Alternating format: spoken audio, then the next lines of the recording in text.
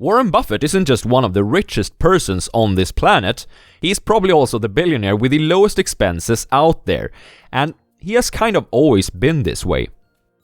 He usually spends $3.17 on breakfast at McDonald's. If the market is down, he'll pick the cheaper option.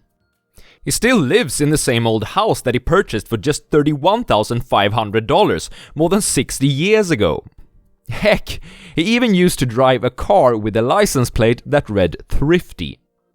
At the same time though, in 1989, Warren Buffett's company spent $6.7 million on a personal jet airplane. In 1952, he bought a Dale Carnegie speaking course, which turned out to be quite expensive if you talk in terms of opportunity cost, but we'll get to that later. Also in 1952, Buffett splurged 6% of his then net worth on a wedding ring.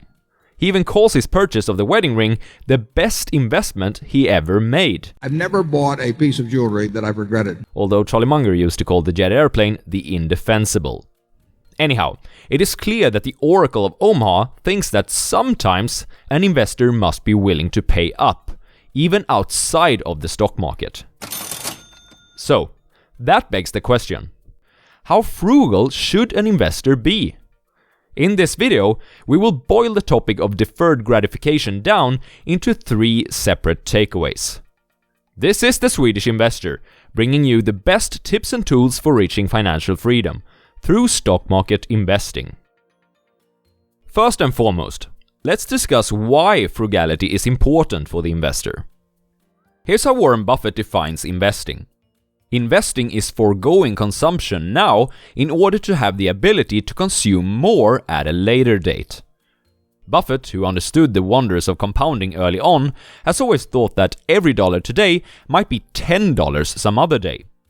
In Buffett's case, that has proven to be a modest assumption, and when you think about the mathematics of it, expenses snowball really quickly.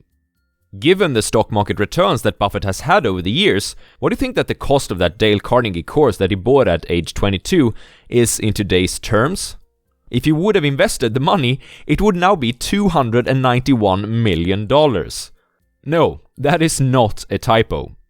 This is compound interest at its finest, or worst, depending on how you view it. It may be a bit aggressive to expect that you and I will have the same type of returns as the Oracle of Omaha, but let's assume that we can make half of what a young Warren Buffett was able to perform. Then, what is the opportunity cost of purchasing a car when you are in your 20s? We're not even talking a flashy car here, I mean basically the cheapest model that you could get at current prices. If instead you would have invested the money, it could have purchased a much fancier car at the age of 30. At 40, you could have gotten a whole house, yes, in cash. And when you turned 50, you would have already reached financial freedom. Hadn't you purchased that car, of course. Warren Buffett's first rule of investing is to never lose money. His second rule is to never forget the first rule. Overspending is a guaranteed way of breaking this rule, without even making a mistake in the stock market. Also, it's a guaranteed way of delaying the date at which you will reach financial freedom. So, compound interest and its wonders is the reason why it's a good idea to at least be somewhat frugal. Most investors understand this, and this is why it's almost a bragging right within our circles to talk about your high savings rate. I always believed in spending 2 or 3 cents out of every dollar I earned, saving the rest. But how frugal should an investor be? What is a reasonable savings rate? 10% of your income? 30%? More?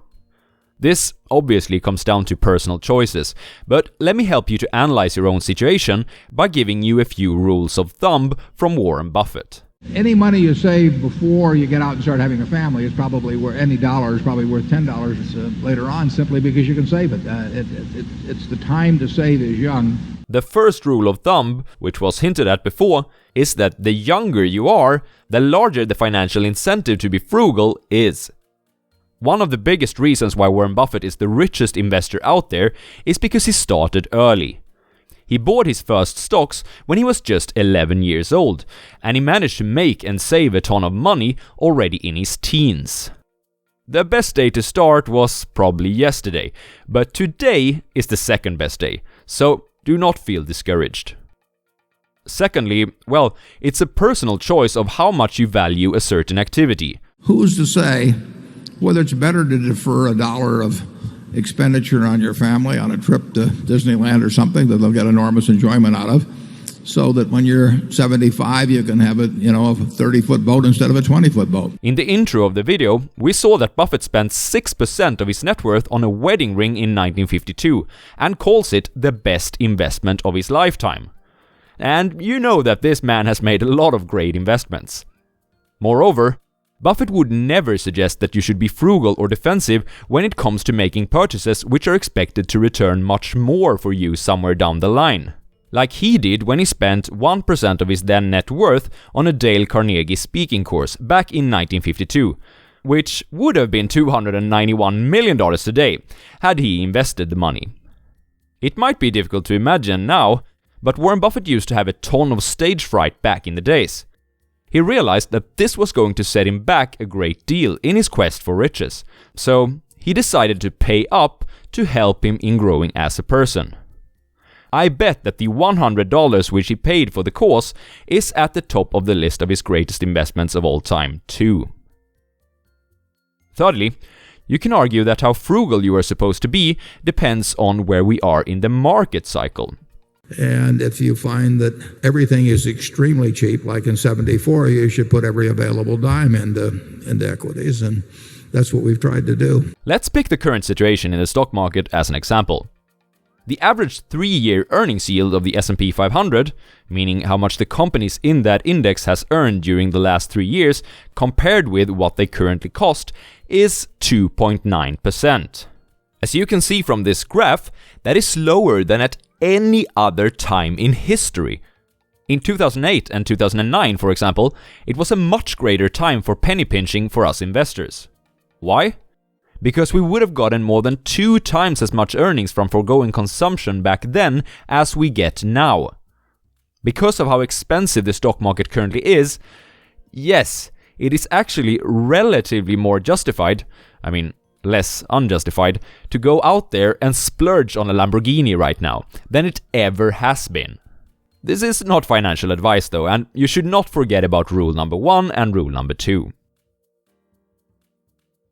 I have everything in life I want. It's a very simple thing. If there's anything that money could buy, there are things money can't buy, but if there's anything money could buy that I wanted, I'd do it this afternoon. If I'm allowed to speculate a little bit myself, I think Buffett's ability to remain frugal, even with the enormous sums of money which he has today, comes down to 2 things. His perception of his own self-worth is not generated through a money-consuming activity, and he does not have any expensive hobbies. If you can combine those 2 for yourself, you'll have a much easier time reaching financial freedom. I have, kind of accidentally, implemented this in my life too. Spending money on stuff doesn't really help me in increasing the reach of this YouTube channel, improving the performance of my portfolio, or adding plates to the barbell. Also, neither YouTube, stock market investing, nor powerlifting are activities that require a ton of money to practice as a hobby. For us investors, $1 today is worth a bunch of dollars in a few years. Save more when you are young and when you're finding great investments in the stock market. However, some activities outside the market are too valuable to be cheap with. Stay frugal by trying to figure out a way to feed your own ego without flashing expensive items, and by avoiding expensive hobbies. Cheers, guys!